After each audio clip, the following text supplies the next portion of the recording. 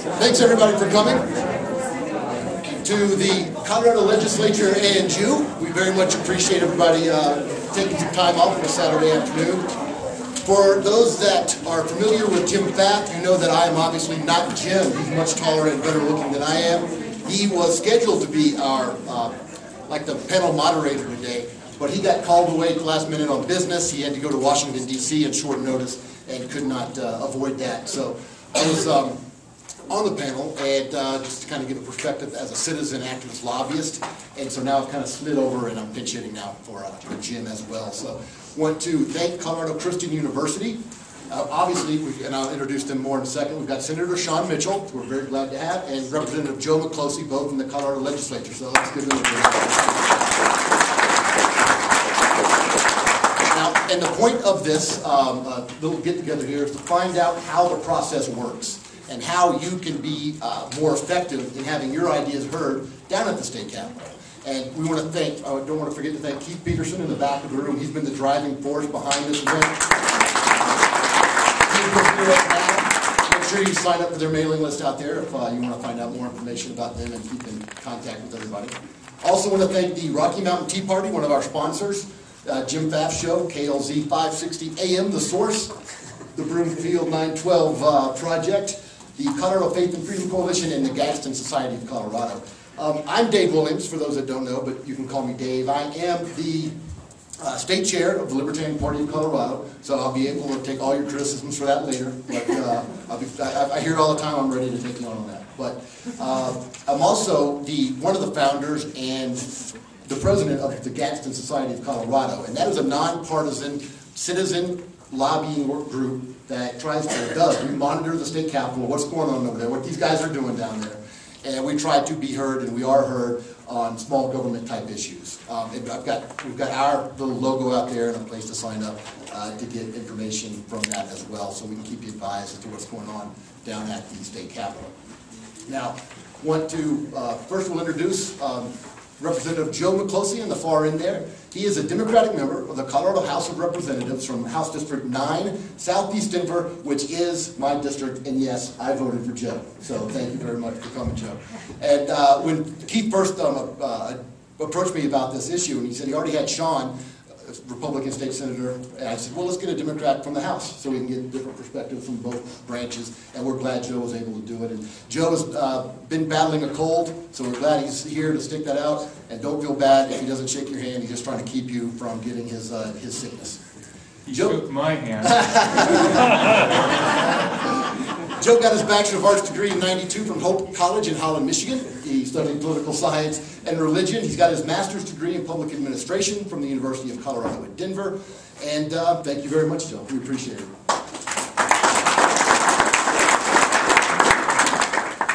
And Shawn Mitchell, Republican state senator from Broomfield. It's the 23rd district. He's been the state senator since 2005. He's now in his second term, which I believe you are now term limited. You cannot be a state senator again, but there's other options, I'm sure. Shawn attended Brigham Young University and law school at the University of California at Berkeley. And if you Google Shawn Mitchell and you spell it the way he does, which isn't the traditional Irish way, I think it's is that just the Mormon way, I believe. S-H-A-W-N. But if you Google it, one of the things that comes up is legendary international independent rock guitarist Shawn Mitchell. That is not this Shawn Mitchell. Right. But he does, not a rock guitarist, but he climbs rocks. So he's an active rock climber as well. So thank you very much, Senator Mitchell, for being here with us.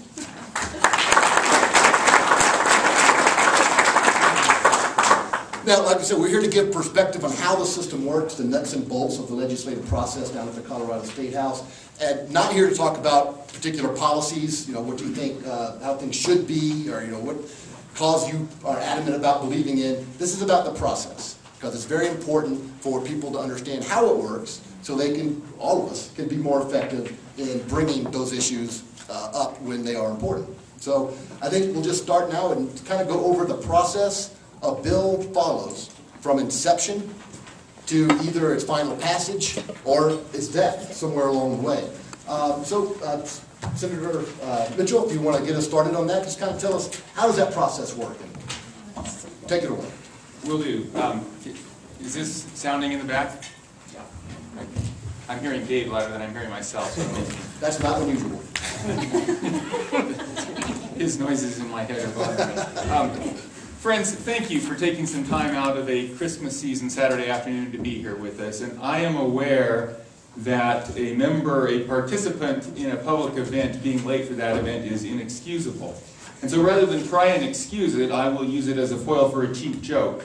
The fact is, there's not normally traffic on I-25 on a Saturday afternoon, and I don't know if the Christmas season is an exception, but typically 40 minutes from my home is more than enough time to arrive there. And as I was headed south on I-25, the red lights were backing up, and I didn't know if it was an accident, or if it would be over very quickly, or if it would be a long slog all the way down, and I was very unhappy with whoever was inconsiderate enough to get in an accident on Christmas Saturday afternoon, so I fought my way over to Federal and drove down Federal, just stressing. And normally you can't mix higher education and prayer, but I was fervently praying all the way here that things would lighten up. As I tried to fight around cars, I was reminded of something someone observed, and they saw the holiday shoppers hurrying home with their treasures and their peaceful smiles, and it just struck me. I remembered, I hope I die like my grandfather did, tranquilly and peacefully in his sleep, not screaming in panic like the passengers in his car. There were a few such grandfathers on the... No grandfathers in the audience. Yes, sir. So a Republican, a Democrat, and a Libertarian walk into a bar. Wait, I'm not trying to compare CCU to a bar. President Armstrong is not around here. He just left. Was he here? He was working, though. He wasn't. Oh, okay. Yeah. They walk into a bar, and the punchline is that 9 times out of 10 they'll actually have a pretty good conversation and cover some useful ground and reveal and discover and share some things that enrich everyone. Now, I'm particularly excited about the topic today of getting involved in the legislature, because so often when people talk about how getting politically involved, they think parties and elections and campaigns. And they think I'm going to be a precinct committee person, or I'm going to volunteer for this campaign or that campaign. The truth that's actually taken me more than a decade in the legislature to realize is that Election Day is not when the important battles end. Election Day is when the important battles begin. Because people have been elected, and they've been elected after campaigning and making promises and hearing input, but after that is when the elected officials raise their hand and solemnly swear to uphold the Constitution, the state Constitution, the federal Constitution, and to do their best to pursue good policy, and that's when things really start to happen. And it's not enough to elect candidates who sincerely or less than sincerely make promises. Where we really, people of all walks of life and philosophical orientations, where they need to let their will and pleasure and displeasure be felt is in government as government works. Because having been there for several years, I can tell you that the kinds of ideological people that get involved in campaigns are not overly represented in the communications and lobbying and pressure that takes place at the Capitol. Most people that participate politically are either conservative-leaning on the Republican side, or liberal-leaning on the Democratic side, or lacking common sense on the Libertarian side. But the people that have enough focused incentive to show up at the Capitol to lobby typically are those people that want something from government. Another law passed, another spending measure adopted. You've heard of the phenomenon of concentrated benefits and dispersed costs, meaning when government does something, it's usually writing checks or refereeing a dispute, and someone has a lot of money at stake typically, and that's what motivates them to take the time out of their busy day or to join an organization that hires a lobbyist that sends representatives down to the Capitol. So the people that vote on philosophical bases are all kind of, they think that the contest is over on Election Day, but the people that want pork and favors and reallocation and redistribution from government, they're there at the Capitol.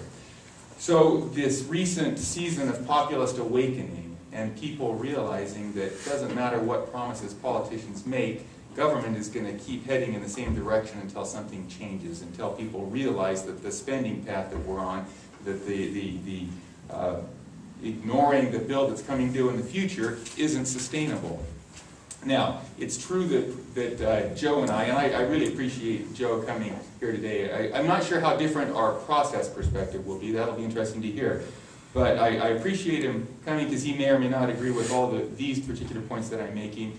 But it's valuable to have, it might be nice even with another legislator or two to just kind of get a different take on the topic. You are important. You can make a difference in the legislature because of what I just described, that it's usually the same old faces, the lobbyists, the hired representatives, the people that we know are there as a matter of business, as a matter of their professional obligations. But when citizens get involved, when someone comes and says, I'm here because I'm concerned about this bill or that bill, it makes a difference. The people take note that a regular citizen cares enough. Now, that doesn't mean that it's easy to walk in and command people's attention. Have you ever walked into a setting that others seem more familiar with than you are, and you're just not quite sure? When I go to a bowling alley, I realize that I'm a trespasser in someone else's subculture. Or when I go to a ski resort, and I realize there are people that own the slopes, and there are people that are just borrowing the lift, and I'm in the latter category, the people that are just borrowing the lift. When you go to the Capitol, don't be intimidated that it's apparent that there are some people that know their way around and know people, and others that don't. Just be comfortable and be calm and just act like you know what you're doing, and no one will know otherwise. Now, everyone is familiar with, I could say how a bill becomes a law, and we could say, well, it gets introduced in one chamber or the other, it gets read across the desk, it gets assigned to a committee, there's a committee hearing, and then it gets amended or not in the committee, gets voted on, passed, or killed in the committee, and goes to the floor of the chamber, etc. That's a process that most of you are pretty familiar with. Let me just try and observe a couple things that aren't in that typical how a bill becomes a law. Number one, most bills don't have philosophical or ideological dimension. Well, I shouldn't say that. Many have more than most people realize, but most bills aren't kind of tagged or identified as having those philosophical implications, so they kind of go through the process in the normal way. But if a bill is a high-profile measure, likely to have a partisan divide, then it's not going to just follow precisely the normal process, because more strategic considerations will come into play. The Speaker of the House or the President of the Senate, depending on whether they agree with the bill or disagree with the bill, will send it to a committee where the makeup of the committee is more likely to pass the bill or to kill the bill. So you are already starting out, if it's an issue that you care about as a matter of freedom, or you want more government or less government, you're already starting out either with a headwind or with a tailwind. Is legislative leadership on your side, or is legislative leadership opposed to your measure? That's an important thing to know. Is this bill likely to get a fair shake, or is the deck stacked for your bill, or is the deck stacked against your bill? That's some advanced scouting will tell you that.